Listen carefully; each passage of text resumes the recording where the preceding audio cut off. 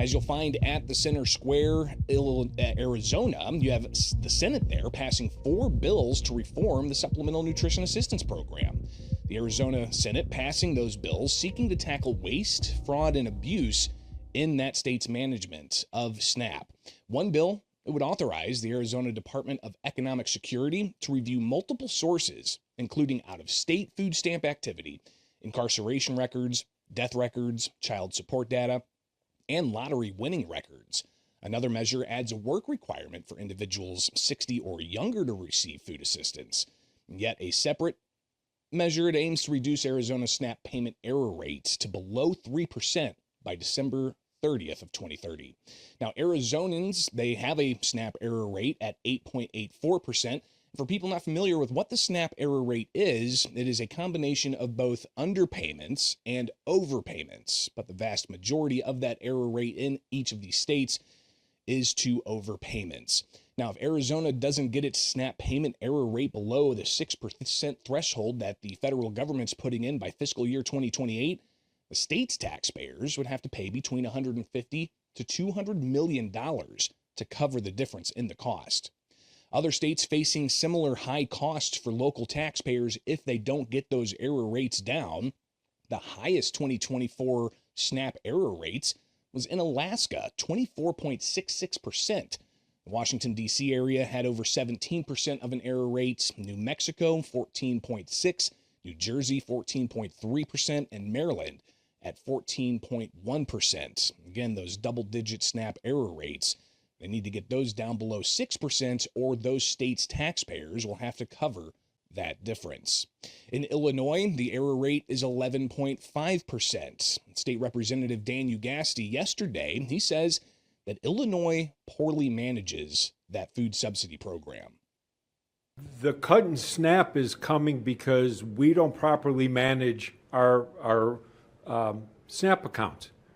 It's because we have too many irregularities within our accounts that we're going to suffer the biggest hit. And that's the same for every state in the union. It doesn't matter who it's being managed by. And prior to this administration, we did much better. We would suffer barely any, if any, penalty whatsoever. So any penalty coming our way for SNAP account is because of mismanagement within this administration.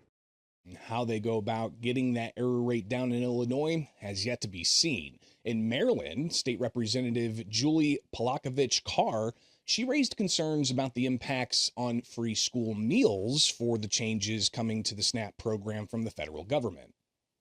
Unfortunately, because of recent actions by the federal government, the $10 million annual appropriation mandated in this bill is unlikely to result in an expansion of the free school meals program. Instead, this legislation is much more likely to serve as a key defense to hold the line against childhood hunger. As this committee knows all too well, H.R. 1 made cuts to SNAP and Medicaid that will result in approximately 500,000 Marylanders losing access to these safety net programs. When families lose SNAP or Medicaid benefits, their children also lose direct certification for free school meals. That means they no longer automatically qualify to receive a free school meal. Now, Maryland's error rate is 13.64%. In Iowa, State Senator Sarah Throne Garrett, she worries about proposed updates in that state and how SNAP will be impacted. Just looking at which foods are allowed and which are not, it does not have a clear demonstration of encouraging healthy choices, but what it certainly does do is make it harder to use SNAP.